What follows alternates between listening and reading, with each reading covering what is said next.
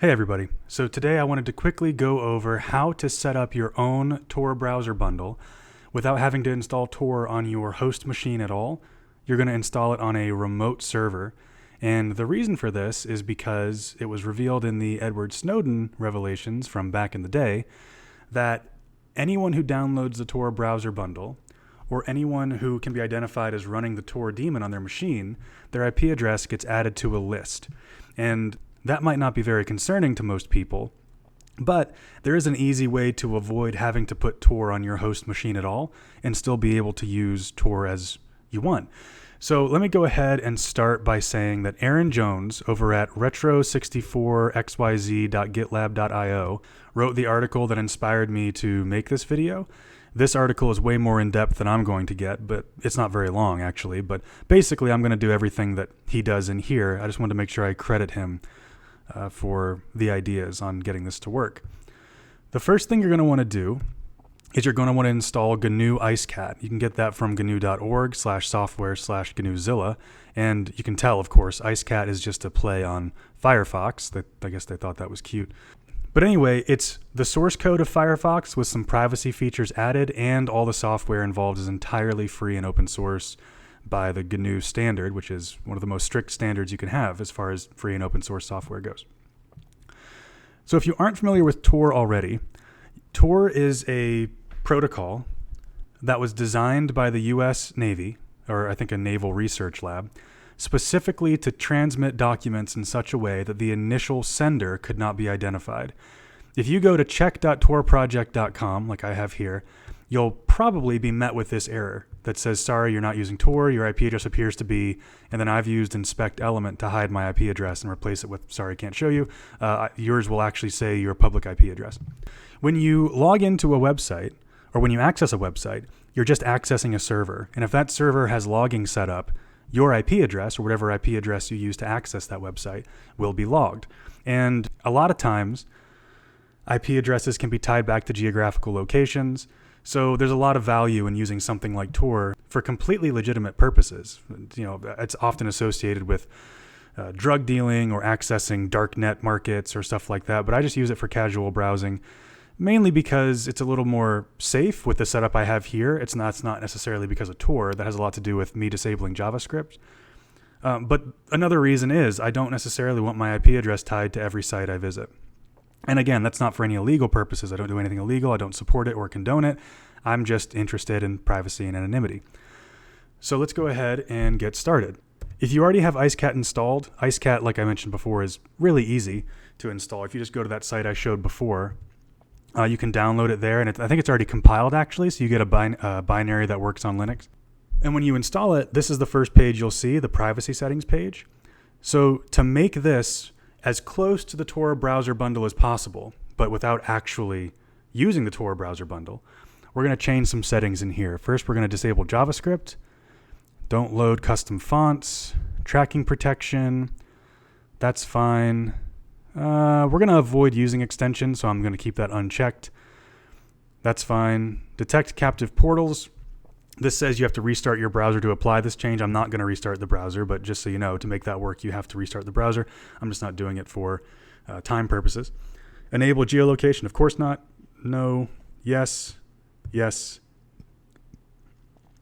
And this we can disable because we've already disabled all JavaScript. If I enabled this, it would say only use Libre JavaScript, free and open source JavaScript, but I'm disabling all JavaScript. So the other thing I want to do, remember, here on check.torproject.org, it says it can tell I'm not using Tor. So the other thing I want to do is open a new tab, go to the menu, and go to the preferences. And I want to search for proxy, network proxy settings. It should be set to no proxy, but I'm going to change it to manual proxy configuration. I'm going to add this here. I've already added it, but you can see SOX host is what we're going to be using. SOX version 5 is the proxy that the Tor protocol uses. I believe you have to have a SOX v5 proxy before you can enter the Tor network. So we're going to change this to our local host, and we want it on port 9050. That's the default Tor daemon port. That's the default Tor daemon port, sorry. This is already here. I didn't add this. This was just default. I left it alone. And then we want to proxy DNS when using SOCKS v5. DNS is an interesting attack vector because if you're using like Google's DNS servers, then it doesn't matter what protections you have in place. Any request you make to their DNS server to resolve an IP address or resolve a domain name goes straight to them. We're going to go ahead and make so this is also coming through Tor. Hit OK. So now if I go over here and try to refresh this page to see if I'm using Tor, the proxy server is refusing connections. Now that's because I haven't set up the Tor network at all. You can't just magically connect to the Tor network. This browser is now configured to connect to it, but remember, I'm not running it on my host system, so I have to make it run somewhere and then forward the requests on this device that go to port 9050 to a remote server that's actually running Tor on port 9050. So let's go ahead and do that. Now, I've bought some VPS space using, I don't remember if it was Hostinger or some other one. It was a place that accepted cryptocurrency. So this isn't tied back to me in any meaningful way. And I've set up SSH keys, so I can just SSH using port 22, stack at site, and I log in. So that's it. So that's what we're going to use. We're going to utilize that fact to go ahead and do SSH port forwarding or SSH tunneling to connect on this remote server to Tor. So all you have to do is sudo apt install Tor or whatever your package manager is to install Tor. I've already installed it on here, so I'm not going to run that. But once you install it, you'll see that, forgot the other word. You'll see that it runs using the daemon. It's running as daemon. You can see that last option here, torrc. Yes, so all that's good. It's running Tor as a daemon in the background on port 9050. I'm not going to run netstat, but just take my word for it, which means all we have to do, so again, keep this in mind. I haven't installed Tor on my local machine. I've installed it on my remote VPS, right? It's not running on my local machine. It's running remotely. So now what I have to do, because I have SSH key set up already, this is going to be easy. SSH TAC P for port 22. TAC capital L for we want a local tunnel. We want everything from our local port 9050. Should I make this bigger?